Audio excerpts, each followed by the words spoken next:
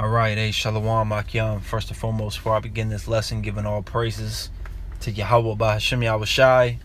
Double honors, of course, go to our apostles, elders of Great Millstone, for one teach well. Shalom Wa Barakiam to you, brothers and sisters out there. Alright, just a topic I wanted to touch on through the spirit and power of Yahweh Bahashim Yahweh Shai. I didn't end up getting to this topic last week, so I'm going to go ahead and do a video on it now. Just basically the fact that the scriptures are here for a reason, right? It's not just oral no more. It's not just hearing as it was back, prior to Moses, essentially, in the times of Genesis. It's literally in front of us every day on your phone, on your nightstand, your computer, wherever, whenever the scriptures are accessible. So we can constantly look at the scriptures to see examples of how to be, what to do, what not to do, how to walk, in our daily lives, how to handle certain situations that may arise, things of that nature. And it's set up like that for a reason. Salvation is so simple, to receive. Lord willing, you understand what I'm saying. This truth is not complicated. There isn't no crazy breakdown to it. It's simply follow the Lord to the best of your ability. Keep the commandments to the best of your ability. Rehearse the righteous acts. Be a good brother. Be a good sister. Believe on the Lord. Be sincere. Be able to take rebuke. And if you're a man who is appointed to do the work, do the work. It's not much that's required of us. All right, and the fact that we can... So let me put this on Do Not Disturb. The fact that we can go to the scriptures every single day and read about these different accounts and go into different Hebrew and Greek words and different things like that is going to help us to maneuver better in the spirit and just constantly grow. That's nothing but a blessing, man. That we ought to be grateful for that. This is no light thing. All right, so this is John chapter 20, and I'm going to go ahead and start at 30. It says, "And many other signs truly did Yahweh Shai in the presence of his disciples, which are not written in this book. But these are written that ye might believe that Yahweh Shai is Hamashiach, the son of Yahweh, and that ye believe, or Salakia, and that ye, Salakia, goodness, and that believing ye might have life through his name." So it just goes to show the scriptures are here to help us, okay? We see the account of Yahweh Shai Hamashiach. We read about his appearance. We read about the qualities that he had, the way he carried himself. And that is nothing short of a blessing, man. To be able to read about the Son of God and how he conducted himself on a day-to-day basis, and then read about the prophets, read about the judges, read about the kings, the priests, the warriors. It's just a blessing. There's absolutely no excuse to not be walking accordingly in the spirit of Yahweh Bahashim Yahweh Shai. This is known as the age of information.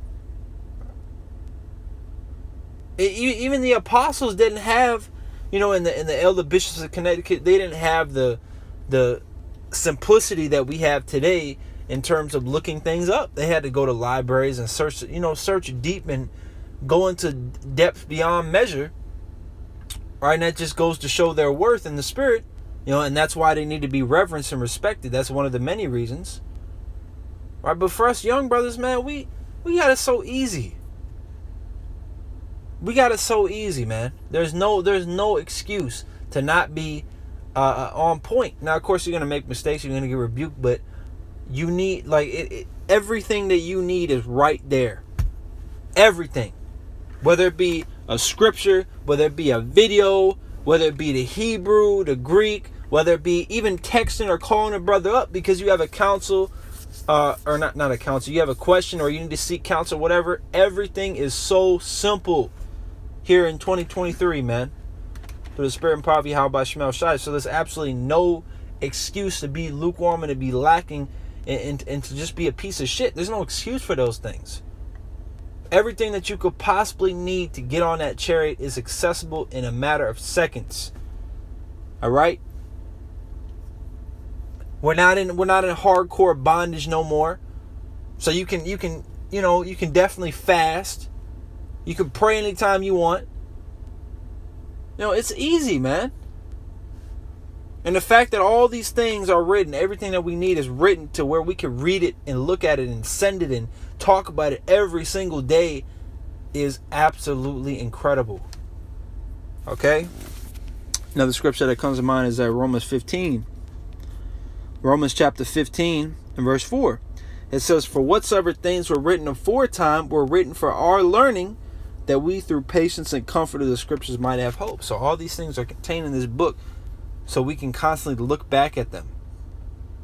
All right? In every situation, because we need to be meditating in these scriptures as well. You find yourself in a situation where, it's one of my favorites, dealing with verbal conflicts. Might be a Jake, Edomite, Moabite, whatever it is. And it starts to get, riled up in terms of verbally. Scriptures tell you to spit upon it. Okay? Let me go ahead and get that. No, it's in Sirach. See, and this is another example of that. Paraphrasing. All right, you're able to paraphrase scriptures. It's easier than ever before. This is here we go. Sirach 28 and 12.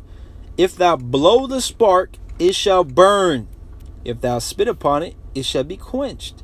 And both these come out of thy mouth." So a situation can easily be diffused, which is actually the ways of Yahweh B'Shem Yahushai, because the Lord does not want us being strikers, being carnal-minded men, looking for conflict and looking to be Mike Tyson in the streets.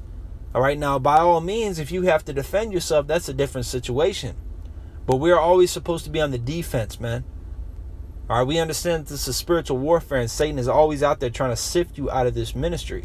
So you need to constantly be on your P's and Q's. As the elder Tazwan from Wisconsin, the beloved Zaquan says, make sure that you're dotting your I's and crossing your T's, something along those lines. You got to stick to you got to make sure them fundamentals are sharp. All right, make sure you're not slipping, you're not caught lacking in the spirit. Which, of course, we're going to make mistakes. That goes without saying. Anybody with a brain is going to understand that, because we understand that we're not in the new covenant. We don't have those new bodies. So we're eligible to sin any day. We're eligible to make mistakes any and every day. But like the scriptures say, a just man falls 7 times, but gets back up. You wouldn't fall 7 times if you didn't get back up the first time. Right? This is a constant battle. But the fact that these scriptures are right here for us to access 25:8 makes it to where there is absolutely no excuse. This is absolutely amazing, man. Anytime a situation comes, like recently, a situation that came up, it made me heated, and of course, we got away from the situation, of course. But it still boils in your mind, like, damn, I wish we could do something about this, about the wickedness that goes on here. We're vexed. But the scriptures say judgment belongs, vengeance belongs unto me. I will recompense. All right, so you just need to sit back and chill. That's what the Lord is telling us. These scriptures bring us comfort. They bring us hope.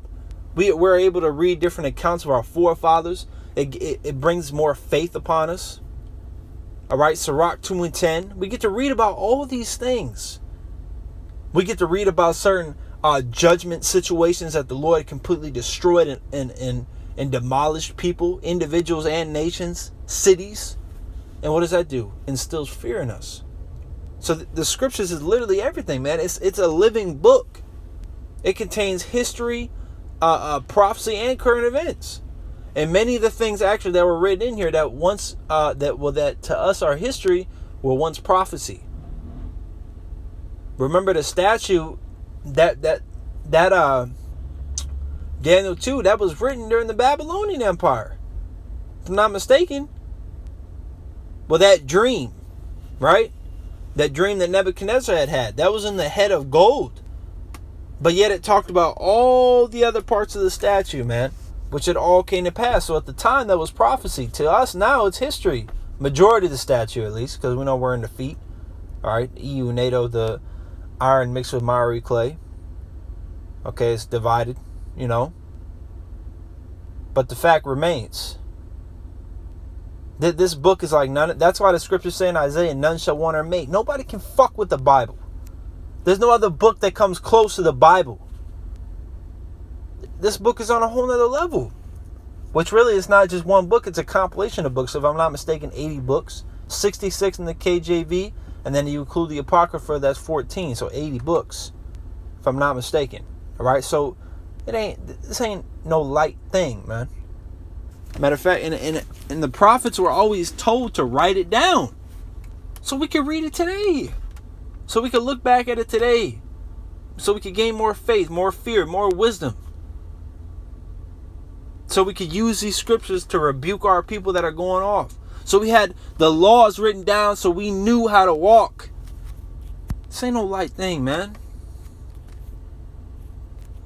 Better believe it. This ain't no light thing. All right, so 2nd Ezra chapter 15. And I'm going to start at 1 to 2. It says, Behold, speak thou in the ears of my people the words of prophecy which I will put in thy mouth, saith the Lord. And cause them to be written in paper, for they are faithful and true. The words of the scriptures are faithful and true. Yahushua said, out of your belly shall flow rivers of living water. It's this word. Scriptures also talk about in Ephesians how you're going to be washed with the water, washed by the hearing of the word. The word is likened unto living water. All right, this is, Yahushua, he is the word. The word became flesh. Yahushua is known as what? The water of life, the bread of life. That's these scriptures. He comes in the volume of the book. He's the living word. So how do we learn about him? Reading. All right, looking into these scriptures, man, which Christians don't do. They cherry pick here and there, but they're not eating the whole roll. Yahweh didn't tell Ezekiel to eat the whole roll for no reason. You got to digest the whole entire roll, the good, the bad, the happy, and the sorrow. The salvation and the destruction of it. Okay, there's some dark things in the Bible, man, but it's all reality. And it all needs to be taken as such. All right, it's no light matter. You see, so it just goes to show that the scriptures, they play an important role, and that's why they're here today. The Lord has given us the ability to go throughout our history, our timeline, at the tap of your finger. All right, so Lord willing that this lesson was edifying. I want to give all praise to Yahweh Shai. Double honors to the apostles, elders, great millstone, Shalom, and Abba Ball.